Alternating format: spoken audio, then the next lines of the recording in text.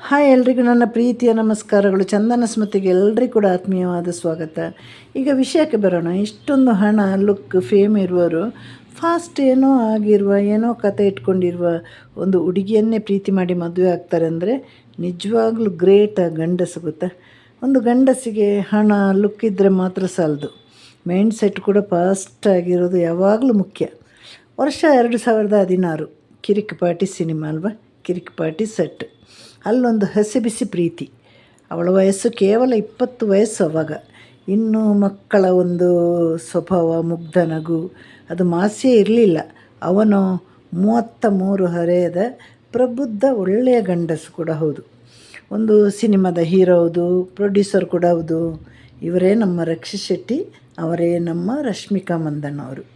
ಆ ಸಿನಿಮಾದಲ್ಲಿ ತೆರೆಯ ಮೇಲೆ 2 ಕಣ್ಣುಗಳು ಡಿಕ್ಕಿ ಹೇಗೆ ಹೊಡೆಯಿತೋ ಅದೇ ಸಮಯದಲ್ಲಿ ಹಾಗೆ ತೆರೆಯ ಹಿಂದೆಯೇ ಕೂಡ ಆ 2 ಕಣ್ಣುಗಳು ಕೂಡ ಡಿಕ್ಕಿ ಹೊಡೆದು ಫಸ್ಟ್ ಸಿನಿಮಾದಲ್ಲೇ ಆ 2 ಕಣ್ಣುಗಳು ಕೂಡ ಒಂದಾದವು.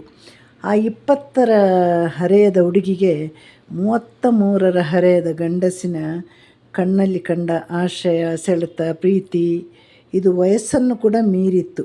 ಇದು ಸಾಮಾನ್ಯವಾಗಿ ಎಲ್ಲ ಕಡೆ ಕೂಡ ನಡೆದಿರುವಂಥ ವಿಷಯ. ಹಳೆ ಕಾಲದಲ್ಲಿ ಒಂದು ಮಿನಿಮಮ್ 10 ವರ್ಷ ಆದರೂ ಒಂದು ಗಂಡ ಹೆಂಡತಿ ಜೋಡಿ ಆಗಲಿಕ್ಕೆ 10 ವರ್ಷದ ಅಂತರ ಇರಬೇಕು. 10 ವರ್ಷ ಮಿನಿಮಮ್.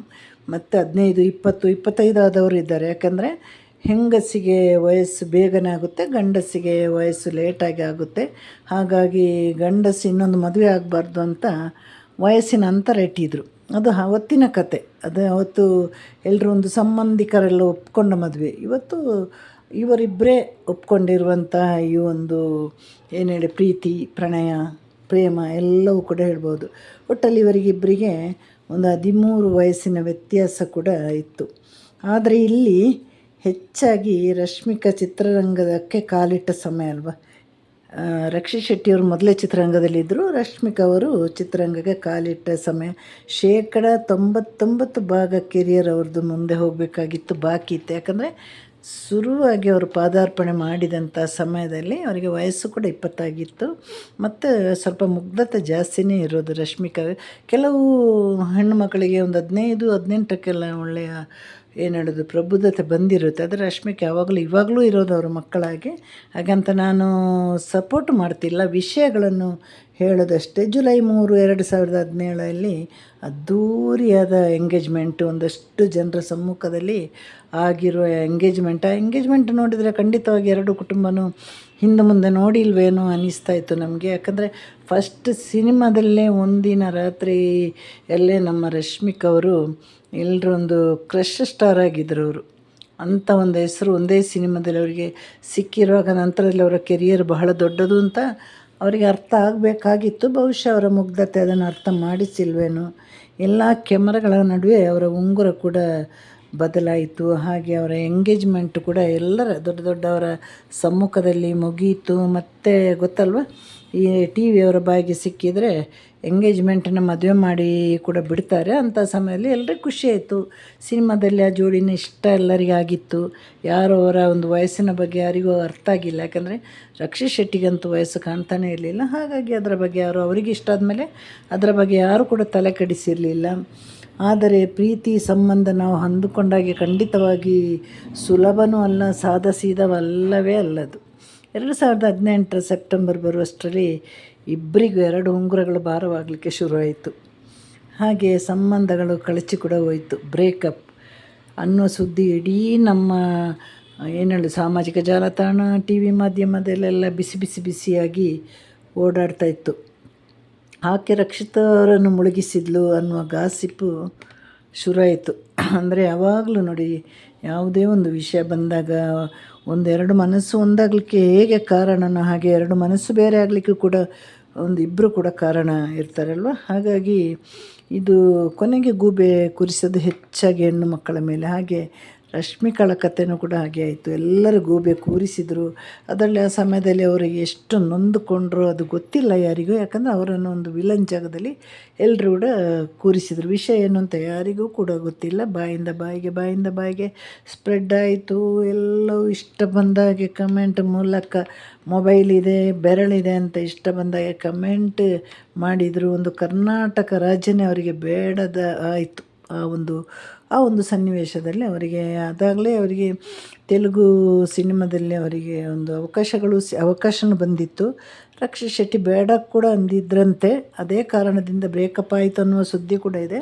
ಆದರೆ ಇವರಿಗೆ ಈ ಕಮೆಂಟಿಂದಲೇ ಫುಲ್ಲು ಚಿಕ್ಕ ವಯಸ್ಸಲ್ಲ ಪೂರ್ತಿಯಾಗಿ ನೊಂದುಕೊಂಡ್ರು ರಶ್ಮಿಕಾ ಅವರು ಒಂದು ಮುರಿದ ನಿಶ್ಚಿತಾರ್ಥವನ್ನು ಇಟ್ಕೊಂಡು ಹೀಯಾಳಿಸಲು ಶುರು ಮಾಡಿದ್ದು ಎಲ್ಲಿ ತನಕ ಹೋಯ್ತಂದರೆ ನಿನ್ನೆ ಮದುವೆ ತನಕ ಈಗಲೂ ಇದೆ. ಈಗಲೂ ಕೂಡ ರಕ್ಷಿತ್ ಶೆಟ್ಟಿಯವರ ಒಂದು ಫೋಟೋ ಹಾಕಿ ಬೇಸರದ ಸಾಂಗ್ ಹಾಕಿ ರಶ್ಮಿಕಾ ಅವರನ್ನು ಹೀಯಾಳಿಸಿ ರಕ್ಷಿತ್ ಅವರನ್ನು ಹೀಯಾಳಿಸಿದಾಗೆ ಅಲ್ವ. ರಕ್ಷಿತ್ ಅವ್ರು ನಿಜವಾಗ್ಲೂ ಅವರಿಗೆ ಮನಸ್ಸಾರೆ ಹಾರೈಸಿರ್ತಾರೆ. ವಿಷಯ ಏನು ಅಂತ ಅವ್ರಿಗಿಬ್ಬರಿಗೆ ಗೊತ್ತಿದೆ ಅಲ್ವ. ಹಾಗಾಗಿ ಇವರನ್ನು ಎಲ್ಲರೂ ಸೇರಿ ದೊಡ್ಡ ಮೋಸಗಾತಿ ಅನ್ನುವ ಪಟ್ಟ ಕಟ್ಟಿದ್ರು. ಸಿನಿಮಾ ಇರಲಿ, ಯಾವುದೇ ಕ್ಷೇತ್ರ ಇರಲಿ, ಇದಕ್ಕೆ ಹೊರತಾಗಿರಲಿ ಬೈಯೋದು ಹೆಣ್ಣಿಗೆ ತಾನೆ. ಯಾವಾಗಲೂ ಒಂದು ಬಲಿಕೆ ಬಕ್ರಾಗೋದು ಹೆಣ್ಣು ಮಕ್ಕಳು. ಒಂದು ಕುಟುಂಬದಲ್ಲಾಗುವ ಒಂದು ತಪ್ಪಿಗೂ ಕೂಡ ಹೆಣ್ಣಿನ ಮೇಲೇ ಗೂಬೆ ಕೂರಿಸೋ ಪ್ರಯತ್ನ ಅನಾದಿ ಕಾಲದಿಂದ ಬಂದಿದೆ. ಎಲ್ರಿಗೂ ಅನುಭವ ಇದೆ, ನನಗೂ ಇದೆ, ನಿಮಗಿದೆ, ನಿಮ್ಮಲ್ಲಿ ಹೆಚ್ಚಿನವರಿಗಿದೆ ಅಲ್ವ. ಹೆಣ್ಣಿನ ಜೀವನನೇ ಅಷ್ಟು. ಇವರಿಬ್ಬರ ಸಂಬಂಧ ದೂರವಾದಾಗ ಅದಕ್ಕೆ ಸಂಬಂಧಪಟ್ಟ ರಕ್ಷಿತ್ ಶೆಟ್ಟಿ ಬಂದು ಹೇಳಿದರು, ದಯವಿಟ್ಟು ಕಾಮೆಂಟ್ ಮಾಡಬೇಡಿ, ಅದನ್ನು ಹಾಗೆ ಬಿಟ್ಟುಬಿಡಿ, ಇಲ್ಲಿ ಯಾರ್ದು ತಪ್ಪಿಲ್ಲ ಅಂತ ಎಷ್ಟು ಹೇಳಿದರೂ ಕೂಡ ಜನಗಳು ಕೇಳಲಿಲ್ಲ. ಎಲ್ಲರೂ ಕೂಡ ರಶ್ಮಿಕನ ಹೀಯಾಳಿಸಿ ನಮ್ಮ ಕರ್ನಾಟಕನೇ ಬೇಡ ಅನ್ನುವಷ್ಟರ ಮಟ್ಟಿಗೆ ಖಂಡಿತವಾಗಿ ಮಾಡಿದೆ. ಇವತ್ತಿಗೂ ಕೂಡ ಆ ಕಮೆಂಟ್ ಇದೆ. ಯಾಕಂದರೆ ಮೊಬೈಲ್ ಇದೆ, ನಮಗೆ ಕಮೆಂಟ್ ಮಾಡಲಿಕ್ಕೆ ಬರುತ್ತೆ ಅಂದ ತಕ್ಷಣ ಬಾಯಿಗೆ ಬಂದ ಕಮೆಂಟನ್ನು ಮಾಡೋದು ಖಂಡಿತವಾಗಿ ತಪ್ಪು. ನಮ್ಮ ಸಾಮಾಜಿಕ ಜಾಲತಾಣ ಕೂಡ ಇರೋದು ಹಾಗೆ ಅಲ್ವಾ. ನೆಗೆಟಿವ್ ಅಂದರೆ ಬಹಳ ಇಷ್ಟ. ಎಲ್ಲರಿಗೂ ಬೇಕಾಗಿರೋದು ನೆಗೆಟಿವ್ ಇದ್ರಲ್ಲಿ ಲೈಕ್ ಸಿಗುತ್ತೆ, ಕಮೆಂಟ್ ಸಿಗುತ್ತೆ, ಹಣ ಬರುತ್ತೆ, ಎಲ್ಲ ಬರುತ್ತೆ ಅಲ್ವ. ಇನ್ನೊಬ್ಬರ ಜೀವನ ಹಾಳಾದರೂ ಪರವಾಗಿಲ್ಲ. ಅದರಲ್ಲೂ ಸ್ಟಾರ್ ನಟ ನಟಿಯರನ್ನೆಲ್ಲ ಹಿಡ್ಕೊಂಡು ಜಜ್ಜೋದು ಈ ಕಮೆಂಟ್ ಮೂಲಕ ಬಹಳಷ್ಟು ಸುಲಭ. ಹಾಗಾಗಿ ರಶ್ಮಿಕಾ ಅವರಿಗೆ ಬೇಕಾದಷ್ಟು ಕೆಟ್ಟ ಕಮೆಂಟ್ಗಳು ಬಂದಿದೆ. ಆದರೆ ಅದೇ ರಕ್ಷಿತ್ ಶೆಟ್ಟಿಗೆ ಯಾವ ಕೆಟ್ಟ ಕಮೆಂಟ್ ಕೂಡ ಯಾರು ಹಾಕಿಲ್ಲ. ಯಾಕಂದರೆ ವಿಷಯ ಯಾರಿಗೂ ನಿಜವಾಗ್ಲೂ ಗೊತ್ತೇ ಇರಲಿಲ್ಲ. ಇದೆಲ್ಲ ಒಂದು ಕಾಮೆಂಟ್ಗಳ ಅವಮಾನಕ್ಕೆ ಅವರಿಗೆ ಹೇಗೂ ಹೈದರಾಬಾದಲ್ಲಿ ಒಂದು ಸಿನಿಮಾದ ಅವಕಾಶ ಕೂಡ ಇತ್ತು. ಅವ್ರು ನೇರ ಯಾವುದು ಬೇಡ ಅಂತ 2ನೇ ಸಿನಿಮಾದ ಶೂಟಿಂಗ್ ಹೈದರಾಬಾದಿಗೆ ಹೋಗಿದ್ದಾರೆ. ಆ ಒಂದು ಈ ಕಮೆಂಟಿಂದ, ಈ ಅವಮಾನಗಳಿಂದ, ಒಂದು ಹೈದರಾಬಾದ್ನ ಬಿಸಿಲಿಗೆ ಅವರ ಕಣ್ಣೆಲ್ಲ ಒಣಗಿ ಹೋಗಿತ್ತು, ಕಣ್ಣೀರು ಬತ್ತಿ ಹೋಗಿತ್ತು, ಕಣ್ಣುಗಳು ಕೂಡ ಒಣಗಿ ಹೋಗಿತ್ತು. ಅದೇ ಸಮಯದಲ್ಲಿ ಅವರಿಗೆ ಸಿಕ್ಕಿದವರು ನಮ್ಮ ವಿಜಯ್ ದೇವರಕೊಂಡವರು.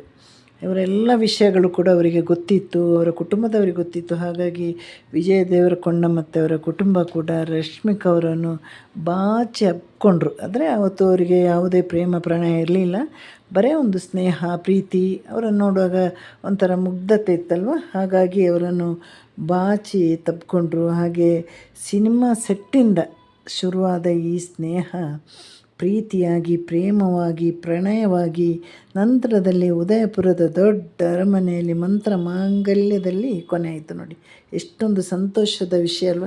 ಹಾಗಾಗಿ ದಯವಿಟ್ಟು ಯಾರಿಗೂ ಗೊತ್ತಿಲ್ಲದೆ ಏನು ಕಮೆಂಟ್ ಹಾಕಲಿಕ್ಕೆ ಹೋಗಬೇಡಿ. ರಶ್ಮಿಕಾಗೆ ಒಂದು ದೊಡ್ಡ ಒಂದು ಕಪ್ಪು ಚುಕ್ಕೆ ಇದ್ದರೂ ಕೂಡ, ಒಂದು ಸ್ಯಾಡ್ ಪಾಸ್ಟ್ ಇದ್ದರೂ ಕೂಡ, ಆ ಒಂದು ಮೋಸಗಾರ್ತಿಂತ ಪಟ್ಟ ಸಿಕ್ಕಿದ್ರು ಕೂಡ ವಿಜಯ್ ದೇವರಕೊಂಡನಿಗೆ ರಶ್ಮಿಕಾನೇ ಬೇಕಾಗಿತ್ತು ಗೊತ್ತಾ. ಅದಕ್ಕೆ ಹೇಳೋದು ಯುಗ ಪುರುಷ ಅನ್ನೋದು ಅದಕ್ಕೆ ಅಲ್ವ. ಅವರಿಗೆ ನಿನ್ನೆ ಇದೆಲ್ಲ ಬೇಕಾಗಿರಲಿಲ್ಲ. ವಿಜಯ್ ಕೊಂಡವರಿಗೆ ಇವತ್ತು ನಾಳೆ ಮುಂದಿನ ಜೀವನ ಹೇಗೆ ಅಷ್ಟವರಿಗೆ ಬೇಕಾಗಿರೋದು. ಅದೇ ಅಲ್ವ ನಿಜವಾದ ಮಹಾಪುರುಷ.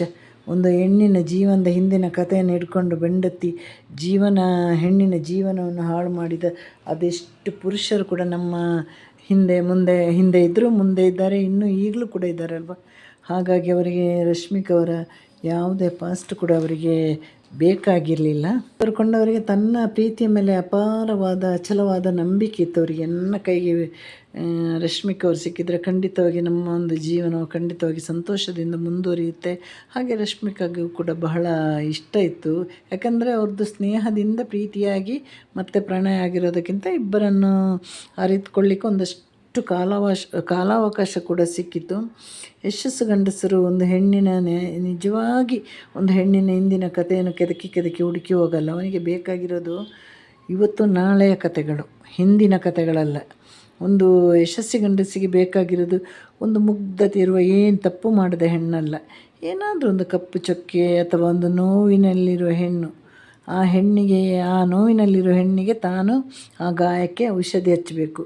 ಇದೇ ಬೇಕಾಗಿರೋದು ಒಂದು ಯಶಸ್ವಿ ಗಂಡಸಿಗಲ್ವ. ಹಾಗಾಗಿ ಬದುಕಂದರೆ ನೋಡಿ, ಒಂದು ನೇರವಾದ ಗೀಚಿದ ರೇಖೆಯಲ್ಲಿ ಸಾಗೋದಲ್ಲ ಬದುಕು. ಬದುಕಂದರೆ ಒಂದು ಅಂಕು ಡೊಂಕಿನ ದಾರಿ. ಆ ಒಂದು ಅಂಕು ಡೊಂಕನ್ನು ದಾರಿಯಲ್ಲಿ ನೇರವಾಗಿ ನಡೆಯುವನೇ ನಿಜವಾದ ಗಂಡಸು ಅಥವಾ ನಿಜವಾದ ಮನುಷ್ಯರು ಅಂತ ಹೇಳ್ಬೋದು. ಅದು ಒಂದು ಅರಿಯದ ವಯಸ್ಸಲ್ಲಿ ಆಗಿದ್ದ ಪ್ರೀತಿ ಅಂತ ಎಲ್ಲರಿಗೂ ಗೊತ್ತಾಗಿತ್ತು. ಹಾಗೆ ಮೊದಲ ಹಿಟ್ ಸಿನಿಮಾದ ಮೇಲೆ ಅವರಿಗೆ ನಂತರ ಬ್ಯಾಕ್ ಟು ಬ್ಯಾಕ್ ಸಿನಿಮಾ ಬರುವಾಗಲೇ ಆ ಕಡೆ ಎಂಗೇಜ್ಮೆಂಟ್ ಆಗಿತ್ತು. ಹಾಗಾಗಿ ಅವರಿಗೆ ಅನಿಸಿರ್ಬೋದು, ನನಗೆ ಮುಂದೆ ಬದುಕಲ್ಲಿ ಕೆರಿಯರ್ ಇಲ್ಲ, ಅದಾಗಲೇ ರಕ್ಷಿತ್ ಅವರು ಸಿನಿಮಾ ಮಾಡೋದು ಬೇಡ ಅಂತ ಇದ್ದಾರೆ. ಹಾಗಾಗಿ ಇದು ಹಿರಿಯರಲ್ಲಿ ಹೇಳಿರ್ಬೋದು ಅವರು. ಹಾಗೆ ಎಲ್ಲರೂ ಸೇರಿ ಆ ಒಂದು ನಿಶ್ಚಿತಾರ್ಥವನ್ನು ಕಟ್ ಮಾಡಿರ್ಬೋದು. ಯಾಕಂದರೆ ಮದುವೆ ಆಗಿ ಅವರು ಡಿವೋರ್ಸ್ ಕೊಟ್ಟಿಲ್ಲಲ್ವ, ಅವರಿಗೆ ಬೇರೆ ಮದುವೆ ಆಗುವ ಅವಕಾಶವನ್ನು ಕೂಡ ಕೊಟ್ಟು ಅವರು ಅವರ ದಾರಿನ ಹಿಡಿದು ನಡೆದರು. ಅವರಿಗೆ ಒಳ್ಳೆಯ ಬಾಳು ಸಿಕ್ಕಿತ್ತು. ಹಾಗಾಗಿ ನಾವು ಅವರ ಬದುಕಿಗೆ ಎಲ್ಲರೂ ಸೇರಿ ಹಾರೈಸೋಣ, ಶುಭ ಹಾರೈಕೆ ಕೂಡ ಮಾಡೋಣ. ಹೊಸ ಬಾಳಿನ ಹೊಸ್ತಿಲಲ್ಲಿ ನಿಂತಿರೋ ರಶ್ಮಿಕಾ ಮತ್ತು ವಿಜಯ್ ಇಬ್ಬರಿಗೂ ಅಭಿನಂದನೆಗಳು, ಒಳ್ಳೆಯದಾಗಲಿ. ಯಾಕಂದರೆ ಯಾವ ಹೆಣ್ಣಿನ ಜೀವನ ಕೂಡ ನರಕ ಆಗಬಾರ್ದು. ಅದೇ ಲೆಜೆಂಡ್ ಆಗಲಿ, ಒಂದು ನಮ್ಮಂಥ ಭಿಕ್ಷುಕರಾಗಲಿ, ಯಾರಿಗೂ ಕೂಡ ದಯವಿಟ್ಟು ನಾವು ಆಶೀರ್ವಾದ ಮಾಡಲೇಬೇಕು. ಗೊತ್ತೇ, ಯಾವ ಹೆಣ್ಣಿನಾಗಲಿ ಗಂಡಿನ ಬಾಳಾಗಲಿ ಮದುವೆ ನಂತರ ನರಕ ಆಗಿರಬಾರ್ದು. ಹಾಗಾಗಿ ನನ್ನ ಇವತ್ತಿನ ವಿಡಿಯೋ ಇದಾಗಿತ್ತು. ನೀವೆಲ್ಲರೂ ಸಪೋರ್ಟ್ ಮಾಡಿ, ನಿಮ್ಮೆಲ್ಲ ಸಪೋರ್ಟ್ ಇದ್ದರೆ ಮಾತ್ರ ಮತ್ತಷ್ಟು ವಿಡಿಯೋ ಮಾಡಲಿಕ್ಕಾಗುತ್ತೆ. ಲೈಕ್ ಮಾಡಿ, ಕಮೆಂಟ್ ಮಾಡಿ, ಶೇರ್ ಮಾಡಿ, ಸಬ್ಸ್ಕ್ರೈಬ್ ಮಾಡಿ. ಎಲ್ರಿಗೂ ಟಾಟಾ ಬಾಯ್, ಸಿ ಯು, ಟೇಕ್ ಕೇರ್. ತಪ್ಪಿದರೆ ಹಾಗೆ ತಿದ್ಕೊಳ್ಳಿ ಆಯಿತಾ.